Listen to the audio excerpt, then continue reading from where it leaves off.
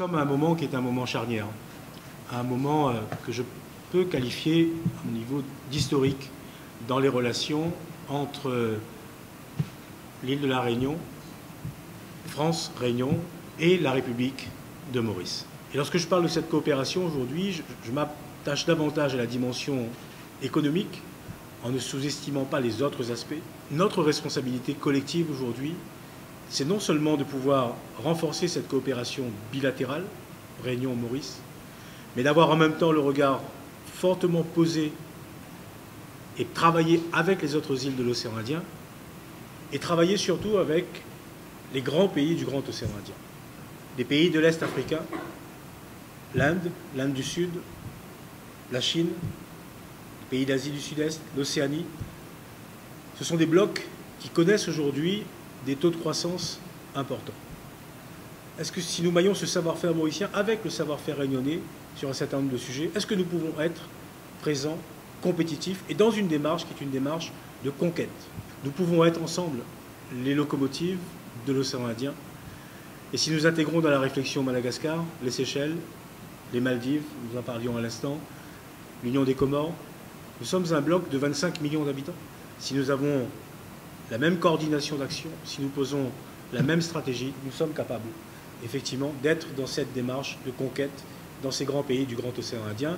Nous aurons au mois de septembre, avec l'ensemble des acteurs des différentes îles, des îles Vanille, à poursuivre un travail engagé avec le groupe Costa Croisière. Costa Croisière assume 6800 croisiéristes aujourd'hui dans l'océan Indien.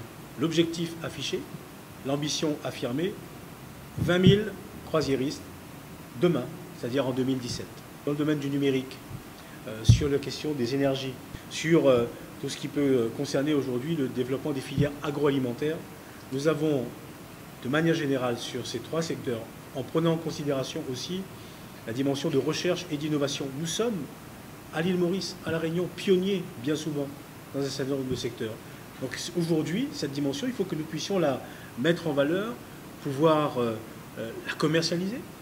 Je suis très heureux que cette commission mixte économique puisse se tenir à l'île Maurice, donc les 8 et 9 septembre prochains, pour faire en sorte que nous puissions poser des actes concrets. Nous aurons quelques jours après, le 12 septembre, à La Réunion cette fois, une rencontre sur la question du développement durable. Et nous avons découvert La Réunion, Excellence, une île qui, dans les secteurs du TIC, qui, dans le secteur de l'énergie renouvelable, dans le secteur de la production d'aliments bio, d'aliments sains, nous a devancé de dizaines d'années. Il est clair donc que nous allons utiliser nos complémentarités afin de développer, d'amplifier le travail sur l'énergie renouvelable de La Réunion à l'île Maurice. Même chose pour la production bio. Au niveau du TIC, c'est pareil. Je parle de tout ceci, mais sachez aussi en même temps qu'on a déjà bougé, qu'il y a derrière moi une délégation. Nous nous sommes rencontrés hier déjà un comité mixte Réunion et Maurice pour mettre en œuvre maintenant les décisions qui ont été prises à l'île de la Réunion.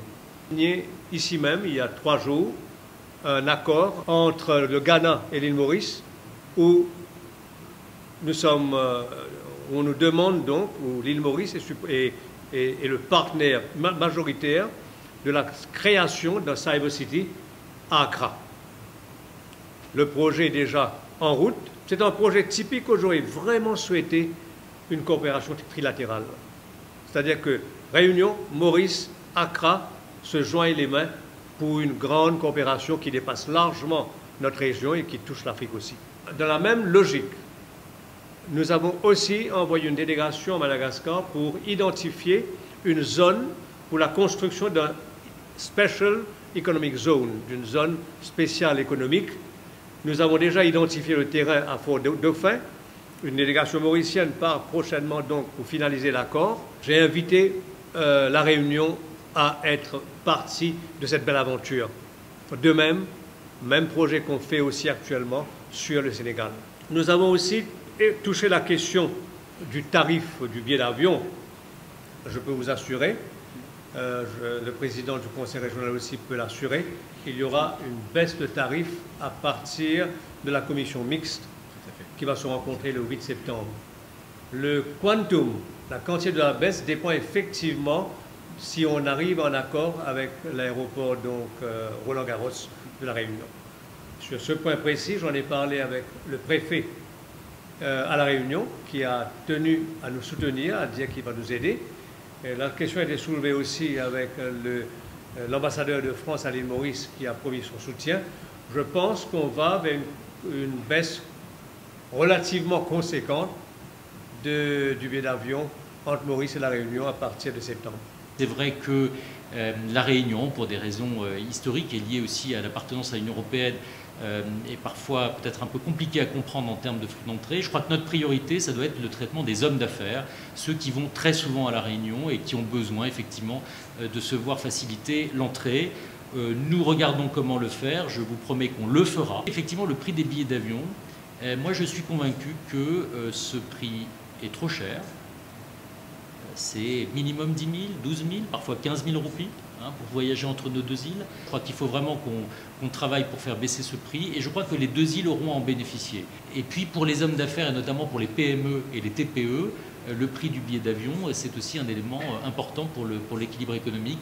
Donc je crois que c'est un sujet sur lequel nous devons effectivement travailler pour aboutir à des résultats prochainement.